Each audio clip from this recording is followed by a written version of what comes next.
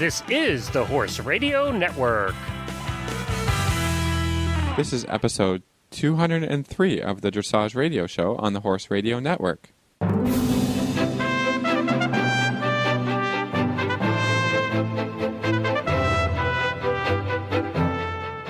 This is Reese Koffler-Stanfield from Georgetown, Kentucky. And this is Philip Parks from Fergus, Ontario, and you're listening to the Dressage Radio Show. Hey, Philip, how are you? I'm well. And yourself, Reese? I am good. We are flying solo without Glenn. No Glenn. So yeah, actually, I didn't introduce him, so he's not here. Yeah, so it's just you and me chatting away here. So I hope everyone had a great week. Philip, what have you been up to? Training horses, mostly. Sure. You know, nothing exciting. Just, actually, we got our entries in for our first show, which will be happening on the weekend of the 19th of May. So, looking forward to that. Yeah, there's a CDI going on. I don't have any horses for the CDI, but it should be a nice big show. As long as the weather turns around a little bit, we'll be all right. I know it's still snowing there, isn't it? Well, yeah, not today, but I think it could tomorrow. That's what they're saying. So I'm not even going to think about it. I stopped thinking about it. I'm living life day by day. It's going to be fine. Well, everybody, if you are in a place that is blooming, like I am, and I am not sick, I just have allergies. So I apologize about the nasally voice, but it is beautiful in Kentucky, but my allergies are proving. I know, Philip doesn't want to hear about it. So what have you been up to? Did you go to a horse show? We did. We went to a horse show over the weekend, and this is the group that went to Florida with me. So they have been showing. So this is not their first show of the season, and it was great. My big mare Winnie qualified for regionals at 4th level, so I was thrilled with her. I know Denali wasn't as perfect as he always is on Saturday. I almost killed him. Everyone, we've all been there, where he just kept screaming for his friends, and I'm like, Denali, come on. It's a baby, baby. Yeah, he really was a baby on Saturday. And so he did spend a little extra time on the lunge line. I'm not going to lie. I don't fight that myself personally. When they're like that at a show. They just go on the lunge line until they're tired. You just need to separate them for a bit. So we did that. Yeah. And he was awesome on Sunday. He got a 69%. Excellent. But I've got to give a shout out to Charmed Life, or we call him Cody, Big Code Man. He's owned by Nancy Thomas, a wonderful owner for me. And Cody got a 79% in his training 3. So that was exciting. What was the bribe to the judge? No bribe. No bribe? There was no bribe involved. I was just good horse, good riding, maybe. Yeah, and it was one of those tests where I came out and I was so proud of him, and that's my career high. I've never gotten a 79, so I hope we show it in the end of May. So I hope that we will break the 80% mark is the plan. So I was really proud. That's a pretty lofty goal there, Reese. Just be happy with 79 and hope to get it again. Why you got to bump it up? Well, perfection. We are always striving for perfection. All those 10s, right? Looking for 10s. So it was a great show, and had another client that already qualified for regionals. She did it training in 1st level in one weekend. It was 2 different shows. So so we already have a nice group going to Chicago in September. Cool. So cool. It was really a good. And I have this thing that when horses are good, celebrate, because there are a lot of days where horses are hard. So we did celebrate. We had a nice celebration on Sunday night. All of us had a nice picnic, and it was fun. So really good weekend. Excellent. Yeah. So you guys have Rolex coming up. What's we got a special interview today. What's on the show? We do. We have a special interview from Silva Martin, and she is married to 4-star rider and Olympian Boyd Martin. And we saw her in Florida, and we thought it would be really fun to have her come on and talk a little bit about. She is a wonderful dressage trainer, a regular dressage trainer, but she obviously trains a lot of event horses and top-level horses for the U.S., so for eventing. So I think you'll find it really interesting to hear sort of what are the requirements for the event horses. And then Silva and I will come back on the show and tell you Rolex has wonderful shopping, best shopping of the year. And I will tell shopping. We'll all about the shopping. What's new in the shopping world, right? Silva and I will go do that while she's here in Lexington. Lots of research, right, for the show? Yes, we're going to do some market research, exactly. So, and then we also have a friend of ours, Natalie Hamilton Hinneman, who's going to talk to us about shoulder fore and our trainer tips. So should be a really good show. Excellent. And down in the U.S., there's some big news this week. You're hiring a chef to keep, technical advisor. Good. Robert Dover has been selected as the new dressage technical advisor and chef to keep of the U.S. The U.S. Equestrian Federation announced Wednesday saying that the contract is still to be finalized to fill the position that is expected to be through the 2016 Olympic Games in Rio. So that's exciting. Yeah, I think he's going to. Well, he did a good job for Canada when he was up here, helping us being our technical advisor. So I think he's kind of used to the role and what's required, and I'm sure he's going to do an awesome job for you guys. I think so too. I think he's wanted this job for a long time, and I think he'll do a really, really good job. So I am really looking forward to it and seeing how he sort of develop and how he takes the country. So that'll be wonderful. I don't think there's anyone more passionate about dressage, and about American dressage or kind of team dressage. Exactly. No, I think it'll be great. So I wish him well. I think we all do, and we all are looking forward to hearing his plans. So once that contract gets finalized, we'll let you guys know. Excellent. But Canada, in the Nations Cup. Yeah, we had our show last week about the Nations Cup, and it looks like Crystal Boylan of Canada rode Dio Mio to individual gold medal at the Nations Cup, which she won in the intermediate one on Sunday. Cesar Pera of New Jersey turned out one of the best rides on his horse, Van the Man, since he started competing the horse in Grand Prix a year ago to win the silver. And Caroline Rothman, who's been on the show a couple of times, a great person, great trainer, rode Her Highness to individual bronze and was also won team gold with USA Team 1. So as far as the team competition went, USA 1 was first, won the gold. USA 2 won the silver, and Canada Team 1 won the bronze medal. So it sounded like a wonderful competition. Yeah, there's lots of great things that came off and great things that were posted on YouTube. So you can go take a look at those. Lots of photos of the Spanish team, the Matuta family who we had on the show, who gave us a really fun interview. It looked like they were having a blast, which you can see lots of Spanish flags out and really a lot of enthusiasm around this Nations Cup show. So I hope they continue to host it there. And I do too. I think they will. Global. I think they'll keep going out. So that's a great facility, and it has really good support in the area. So we wish them well. And next year, maybe Philip, you and I can go down and see it in person. Yeah, so it looked like a real big party, and that's what I like. Yeah, exactly. We'll be there. Well, I can't wait to talk with Silva Martin after our commercial break, and Silva Martin will talk to us about, getting an eventing horse ready for dressage.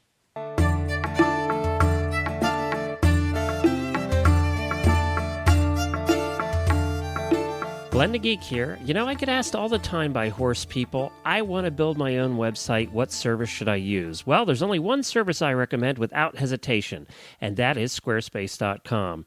If you're looking to build a website for your horse farm, training business, boarding stable, or personal rider page, or maybe even a blog, and you want to do it yourself and end up with a professional-looking website, then there's only one place to go, Squarespace. Squarespace makes it easy with one of the simplest do-it-yourself interfaces available. You choose the theme you like, and then you just drag and drop the elements you want into that theme and start adding your pictures and content, and off you go. Plus, they give you 15 days to try it with no strings. They don't even ask for your credit card. If you sell things, they even have an e-commerce solution. Plus, your new website will integrate with Facebook and Twitter like a dream. I've been using this company for years and have recommended it to dozens of horse people. No matter what your skill level, Squarespace is for you. Give it a try for 15 days free by going to horseradionetwork.com and clicking on the Squarespace banner on the right side of the page. horseradionetwork.com, click on the Squarespace banner on the right side of the page.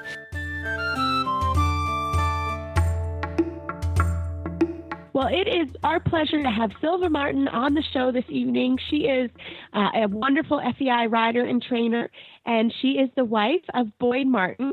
So we decided this week, since especially the Lexington area is getting ready for our big event, which is Rolex, which is a 4-star eventing show, and it's huge and great shopping, that we would have Silva on to talk a little bit about eventing dressage and what that means and how she trains her and Boyd's horses for eventing. So Silva, welcome to the show. Thanks for coming on. Hi, Reese. Thanks for having me. Well, let's get started. Tell us everything we need to know about eventing dressage and training eventers. It's a little bit, obviously the event horses have to do a lot of jobs than dressage. They have to do all the fitness and the jumping and all the other crazy things they're doing. But the dressage is a little bit similar to our dressage, obviously a lower level, but we work on the same things, awareness of the arena and, balance and all the movements. It's equivalent to maybe between third and fourth level of what they're doing with Rolex. At this time we're mainly working on the test and trying to perfect the movements in the test. Excellent. So, and the eventing horses are a little bit more hot-blooded, would you say, than our typical dressage horses? Yeah, not necessarily anymore. The sport has changed a lot. There used to be mainly thoroughbreds or ex-race horses that are obviously hotter than our warm bloods, but now they have spread in a lot of warm blood into the event horses. So they're not necessarily hotter. What they are, they're a lot fitter than our horses are.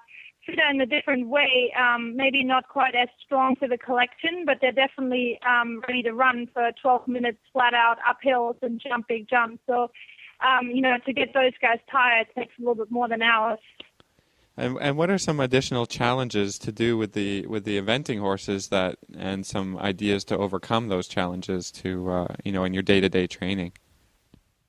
I think the biggest challenge the event riders or event horses have is that they don't have the consistency of the training that we have. Our horses, mainly, work in the arena and every day have that, repetition of what we're doing. And the event horses maybe get, maximum maybe 3 to 4 days of dressage a week, and the rest of the time they're working on their fitness and their jumping and all the other things they're doing.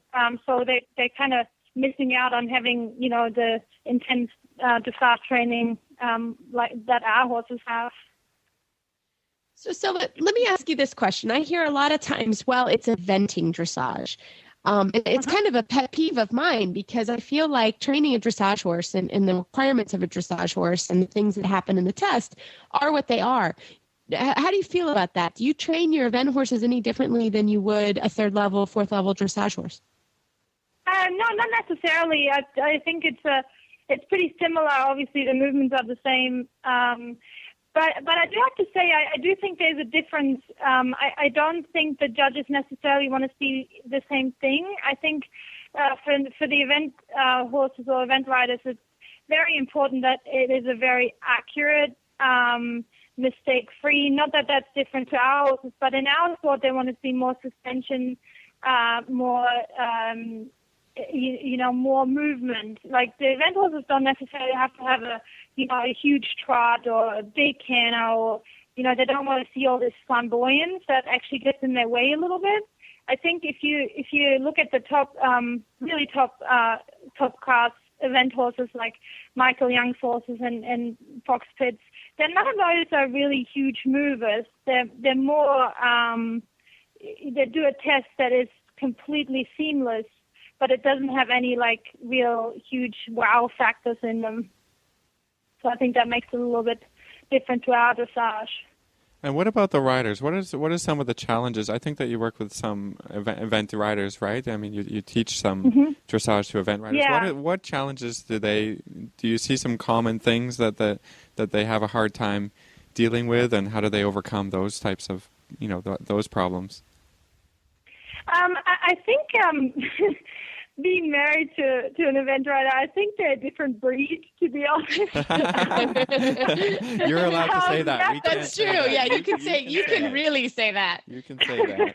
They are a different breed, and I always say you're either an event rider or you're not. These people like their horses run on a lot of adrenaline.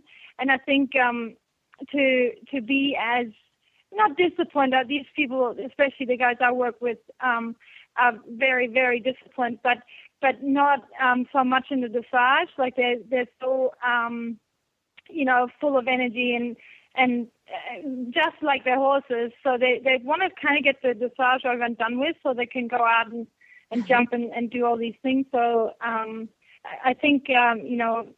I feel like the biggest challenge for those guys are like the most difficult things in the test, like the flying changes and things that you have to practice and practice and practice. And I think the riders get a little bit bored with it maybe. And I think that's the biggest challenge. That makes sense, because they do the questions that they do and ask, it's amazing. So when you talk about, Silva, getting a horse ready for Rolex, for example, how do you do that with an event horse with all the fitness work? You said maybe 3 to 4 days a week, but how often do you work the test? How often do you work the movements, the flying changes, that type of thing? It's like our horses. It really depends on the horse. Like, for example, Boyd has a younger horse called Trading Aces that he's going to ride next week. It's an 8-year-old horse from Ireland, and it's obviously a younger horse. It's its first 4-star, so we do have to work on the test quite a bit at the moment, just because the horse kind of needs to know where it's going, and really, like, Boyd needs to get a feel for how to help him through the test, because he's not like an older horse that kind of knows everything. But other horses, I think, that have done it a lot know those tests, because they do the same tests at all the 4-stars. Same little bit like once we go Grand Prix, we go Grand Prix. So I think, it depends on the horse. It's just hard, especially with a green horse like that, is that you don't have every day that you can, maybe one day work on just some basics and another day just work on, riding nice corners and work on, other things. I feel like now that we have to work on the test so much, the time that we have, that's what we have to do. So we kind of, you miss out on a few things that I would like to work on more, but that's just kind of, that's a little bit how the game goes, I guess.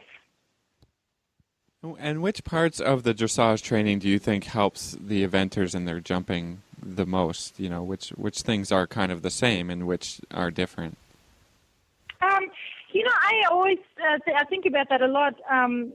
David O'Connor was here today watching everybody train, and we talked about it. And I think riding dressage and riding to a jump is very, very similar. I think, doing a lot of transitions and learning how to collect the horse and having a horse, especially in front of your leg, is key, and that's the same for us. So it's very similar. I always try to put in, for the event riders, try to get a picture in their head of, riding to a flying change, like riding to a vertical, and try to, because they're so good at riding to jumps, so they can kind of, relate that, to the dressage movement.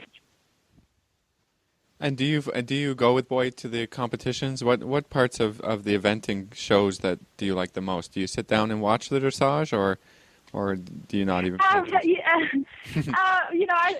only do the stars. I don't do the little events because I'm busy myself. But I do like to watch if I can, just because I want to. You learn so much from watching and kind of get the idea of what the judges want to see. And it took me, a few years to kind of get into the whole eventing dressage. Now I'm calling it that myself, but I do think there's a little bit of difference. So yeah, I do go to the events, and my favorite one is Rolex. I love that event. It's fun. Like Reset is good shopping, so that's good for me. Very good shopping. We love it. That we take a day off. We take a national day of shopping on Thursday at Rolex just to go shopping. Silva, you can join us because it's all dressage riders. It's a great place to find a saddle too. Yeah, you come join us. We'll have a great time. Perfect. No, So I Silva, love the tell us shopping there and the food. The food, yeah, the whole thing. The event is very fun. If anyone ever is in the Lexington area, it's a real happening and really something to come and see. But Silva, I can't not ask you, how are your own dressage horses doing, and what are you up to with those horses? They're doing great. I feel like I have a really good group. I'm excited. I have a young mare that I took to Wellington this winter, and she's just turning 8, and she did her first BDIs, and she did really well. It's a homebred horse. I'm excited about her. So we'll see what happens. And then I have another horse that's just turning 8 that had a little bit of a setback, but hopefully both those horses will move up to Grand Prix next year, and we'll see what happens. Yeah, so that's where I saw you, and it asked you to come on the show. You were riding in the Palm Beach Derby, so it was wonderful to see you on your own horses. Well, Silva, thank you so much for coming on the show. And if people want to find you on the internet, how do they do that? We have a website called boydandsilvamartin.com. So anybody check it out. That's pretty simple. Great. Thank you so much, Silva. Good luck next week. You're welcome. Well, that was a great discussion with Silva, and don't worry, ladies and gentlemen, we will tell you how the shopping goes next week at Rolex, and we will let you know how her husband does, Boyd Martin. And after this commercial break, we're going to talk with Natalie Hamilton-Hinneman, a trainer from Minnesota, and she's going to talk to us a little bit about the amazing uses of shoulder Fore. Hi all, Glenn the Geek here, and we're excited to bring you a special offer for Horse Radio Network listeners from one of my favorite companies, and that is Audible.com. Audible.com is the premier provider of digital audiobooks. Audible has over 85,000 titles to choose from in every genre: thrillers, business, romance, comedy, sci-fi, sports, and so much more.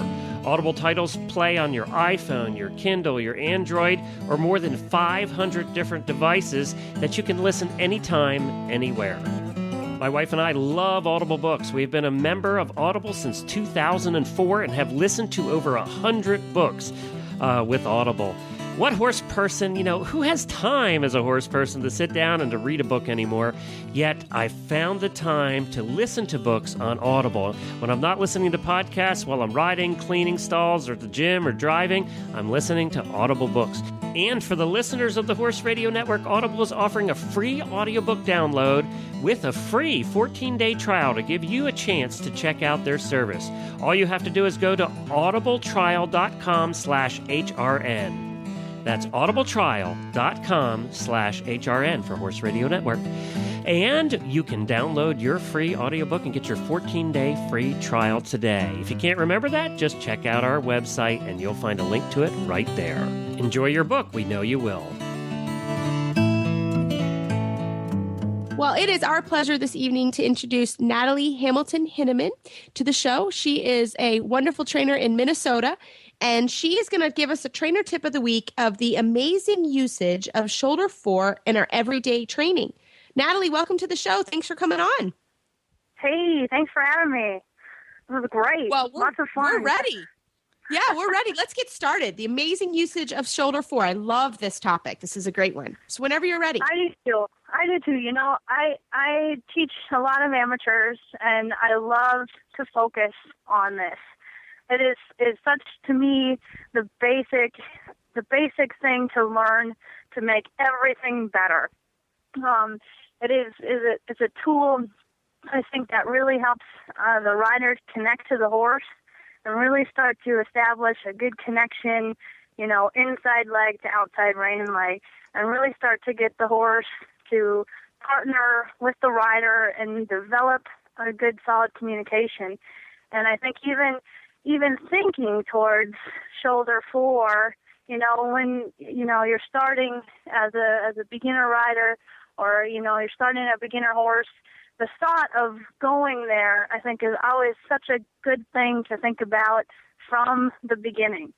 And I really like to build everything from that and really home in on it. And I call it home base.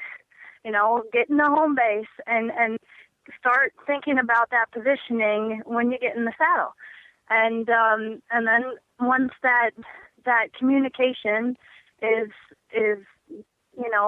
established, then we start to build off of it and pushing the horse forward in it and pushing the horse sideways in it and developing a little more shoulder fore, developing shoulder in, developing the beginning of the bending and everything else. But I can't say enough about that positioning for my day-to-day riding. I think about that all the time. So, Natalie, when you have a new student coming to you or a new horse, how are you introducing the idea of shoulder fore? So if you can break it down for our listeners and explain exactly, what it is and how you start out and what to do, basically. Yeah, well, when the rider gets on the horse, we usually, after, they get their mojo going and they're warmed up, then what I like to start with is doing with a new rider, like a baby shoulder, a baby leg yoke feeling. So what I'll have them do when they're first beginning it is that I'll have them walk down the rail just a couple of feet in, and then I'll say, okay, now start using your inside leg. When you feel that horse stepping underneath you, and direct it towards the horse's outside ear, and then have them bring the horse to the rail so they start to feel that inside hind stepping under the horse when they're influencing it. And then as they start to feel that rhythm and feel that movement, then I start changing the line. So we'll make it on a circle, a little leg yielding out feeling, and we'll take it through the corner, or then we'll build on the angle as the rider starts to understand and get the rhythm. And then, of course, then you add the trot, you add it in the canter. But basically, that I start, at the walk, I come a little bit in on the rail, and then say, okay, let's push them to the rail, and it all kind of starts from there. No, I think that's great. And it's certainly something that we all need to use every day, all day long on every horse. But Natalie, tell us some other situations where you could use shoulder fore.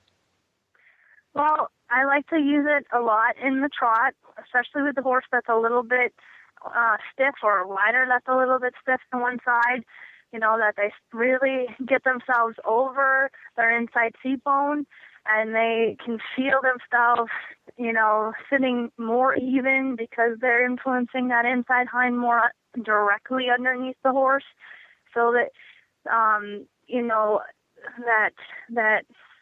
it's, to me, it's just the basic element of suppleness also, that when you can control that hind leg and bring it underneath the horse, you're going to have a horse that's more supple and bending through the inside, and a rider who has a pocket or a place to sit. So through using it with the stiffness, by using that slight positioning to get that suppleness, and also the strengthening, that the horse starts to come underneath themselves and push more. It is such an amazing tool, because it does so many things. It's just one positioning, and it fixes strength and supple. That just does so much. It comes to mind for me today. I was teaching a lesson with a horse that was spooking, and it's a great exercise also, to kind of help the rider, get the horse's attention, and put him in shoulder fore so that there is a little bit of lateral flexion. So I certainly 100%. had some good success with that. Yeah, and that's a great point. Once, if you're riding towards that every day, and you're riding towards that feeling, and it becomes home base. I like to say for my riders, home base. A place where it's comfortable. You get that, and it's consistent, and it's the same, and the horse feels it, and the horse relaxes to it. When you put that aid on, they know it. It's their comfort zone. And then when you come to a place like a new farm, you come to the showgrounds, you get to that home base where you're riding in that positioning, in that slight shoulder fore, or shoulder in if needed, if you need a little more connection. But the horse is so used to it that it relaxes to that feeling, and then the rider can relax because they feel like they're in a pocket. They have a place to sit. They have the bend controlled. They have that inside hind leg coming under and forward, so you can place the horse wherever you want it. I think that is a huge point. No, I think that's good too. And I think you mentioned it a little bit, but can you elaborate a little more on the straightness, on how you can use shoulder Fore to get straightness? Totally, yeah. Another thing it is so amazing for, when you're riding in shoulder Fore and you've got that hind leg directed underneath the horse's body, and you've got the feeling that you've got a connection in your outside aids, and the horse is standing up between your inside leg and your outside rein and leg, and you can have you get those hind legs right underneath you. Then the shoulders can come up, and you've got a horse that's moving straight through its body, but has flexion, and is in the best balance to be able to move uphill and underneath itself. And it's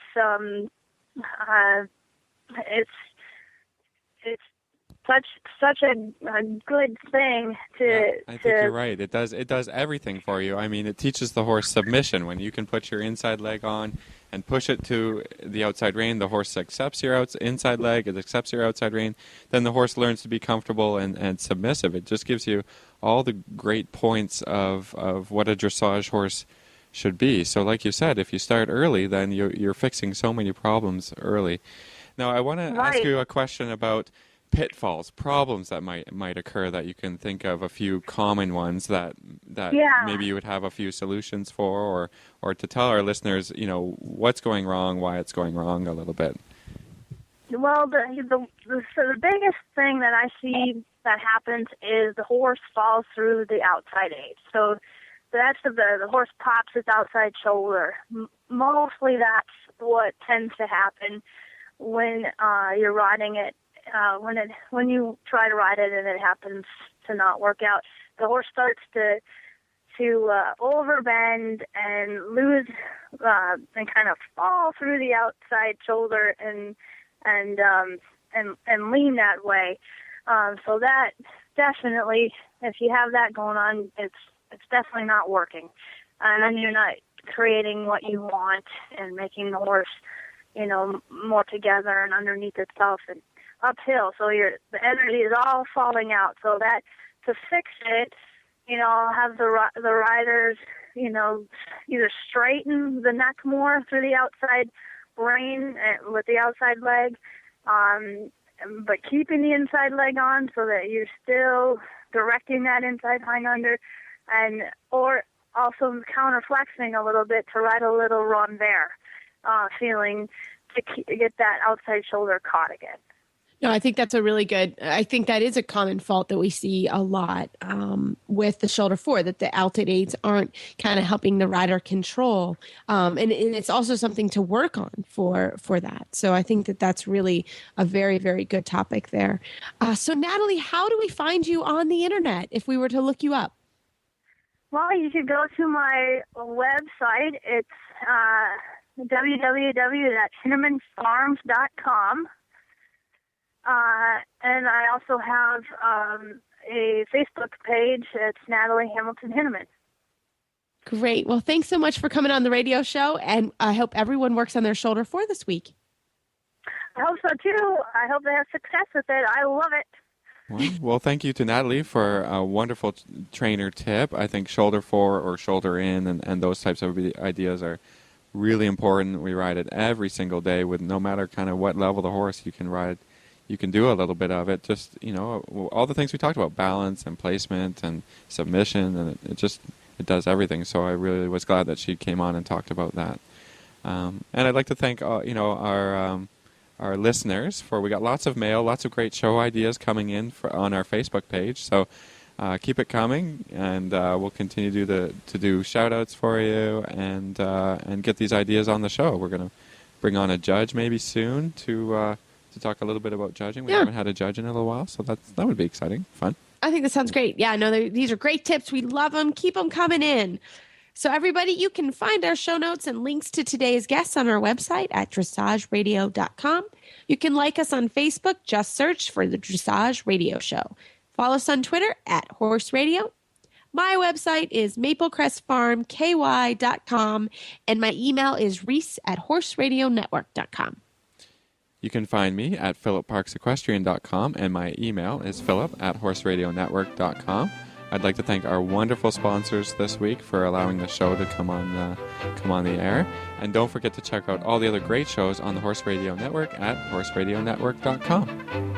Everybody, keep your heels down and your shoulders back, and we will talk to you in 2 weeks. Next week is the Para Dressage show for the month, so I hope to have a great show, and we will be back the beginning of May.